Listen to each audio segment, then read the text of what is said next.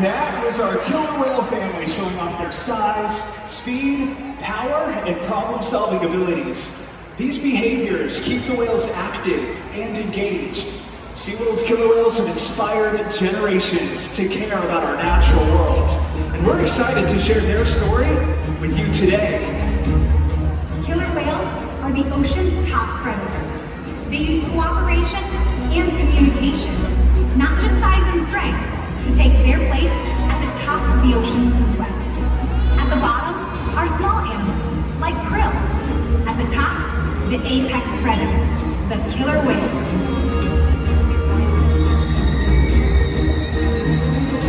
Killer whales are as big as a bus, faster than an Olympic swimmer, high-flying and powerful. We're going to see all of that today and more. These and other behaviors provide an environment full of enrichment. We spend days, weeks, months, years building relationships with our whales.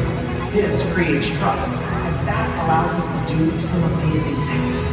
For example, when you visit the doctor, you present your arm to draw blood, or you step on the scale to see how much you weigh. It's much the same with our whales. Throughout today's experience, you'll see the killer whales working together in unison. These synchronized behaviors help strengthen social bonds and allow them to problem solve as a group. This is just another reason why they're known as the ocean's top predator.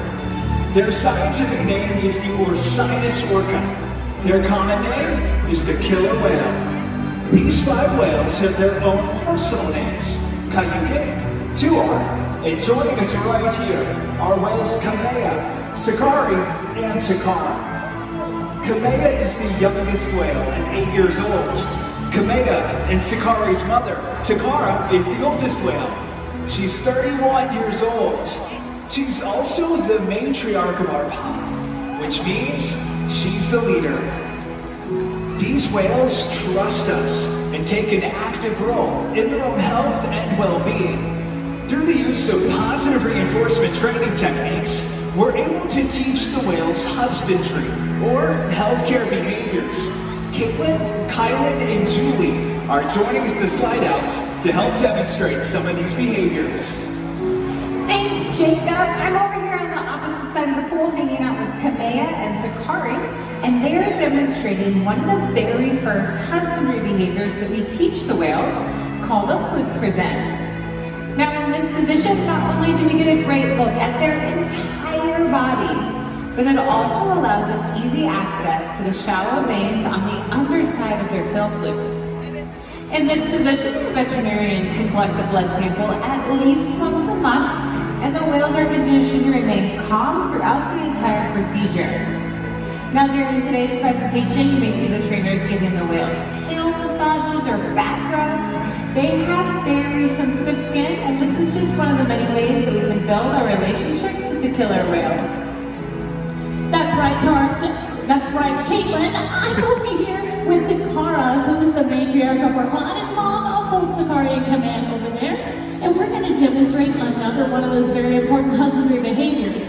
Another diagnostic tool that helps us to take the very best care of our animals is being able to weigh them. And we can actually do that by asking them to slide out onto a killer whale size scale that's located in one of our back pools, very similar to how Takara is up here in our shallow area right now. Now you notice right now, she's got that portion of her body that's still in the water. This area, called from the dorsal fin all the way down to the tail flukes, is called the peduncle and actually weighs several hundred pounds. And with this in the water, we wouldn't get an accurate weight.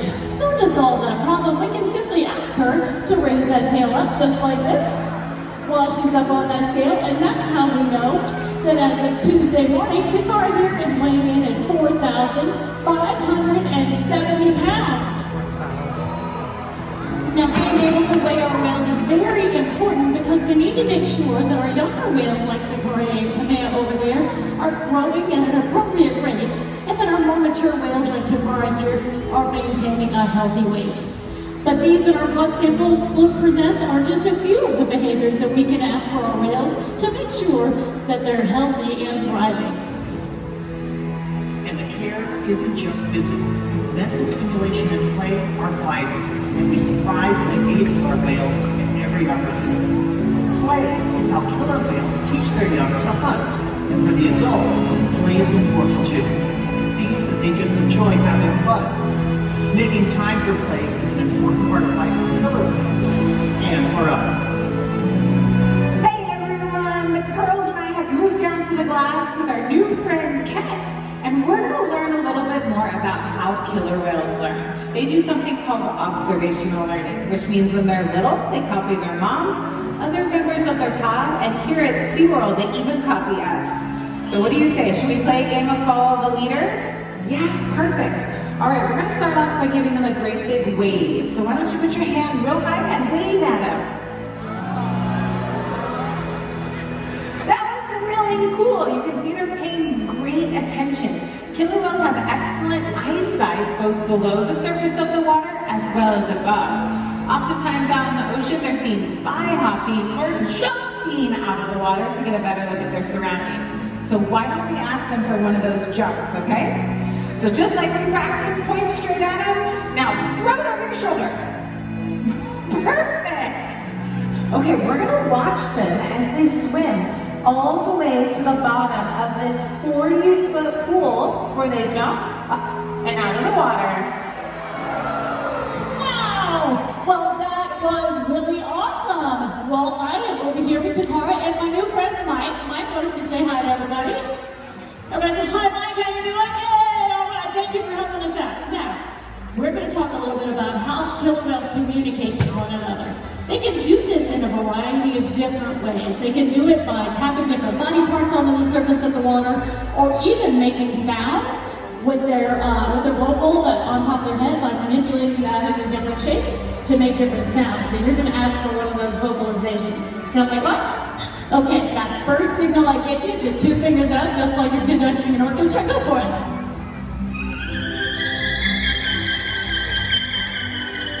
Great job, Mike. All right, well that was excellent. Okay, now, killer whales can also communicate not only by tapping different body parts, but actually even leaping out of the water and crashing down onto the surface, making a huge sound. That sound can be heard for miles around. You're going to ask her for one of those behaviors. That sound like fun? Excellent. Okay, just like I was telling you, 2 fingers like this. Throw them over your left shoulder on 3. 1, 2, 3, go! Yes! Okay, Mike, you're going to want to watch from right here because she's diving down to the bottom of the pool. She's gaining speed, using that powerful tail flukes up and then you stay right there. Stay right there, Mike.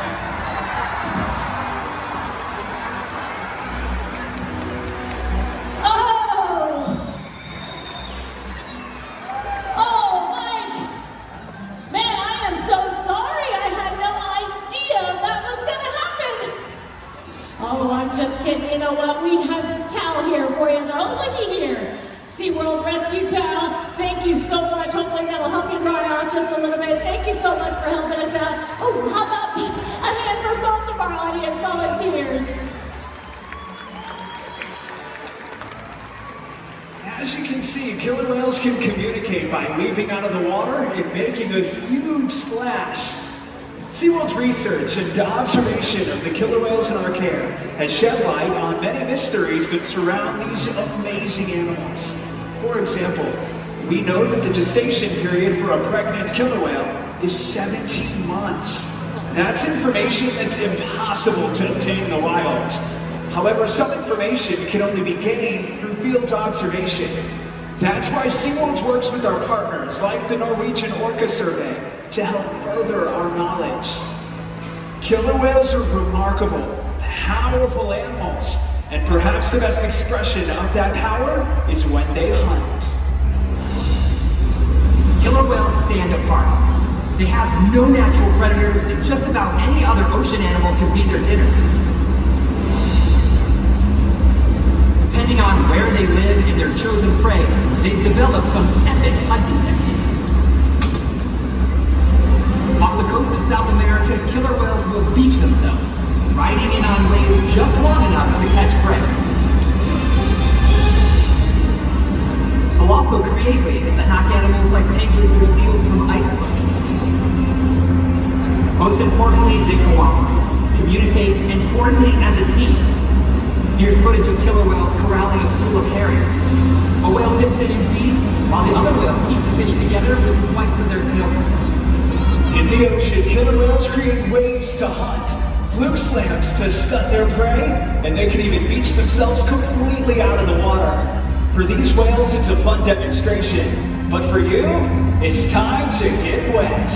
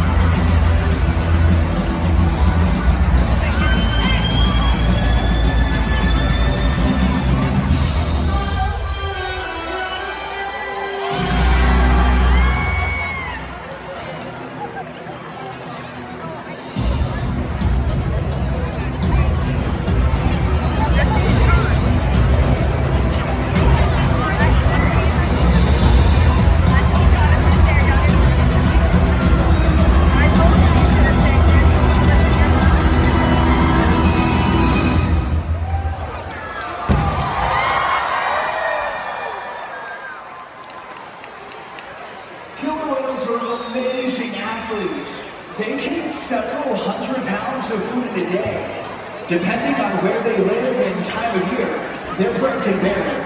Unfortunately, things like overfishing and pollution pose a serious threat to many populations of killer whales. Killer whales are impressive animals, and it's pretty obvious why they're the top predator in the ocean. That means killer whales are invincible, right? Wrong. Killer whales depend on a plentiful food source and a clean environment. They're completely dominant, yet completely dependent. When it comes down to it, killer whales are not the most powerful animal in the ocean.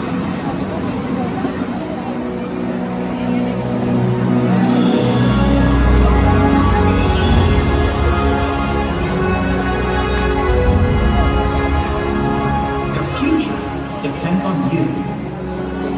Through your actions. Through the choices we all make. we hold the future of killer whales and the oceans in our hands.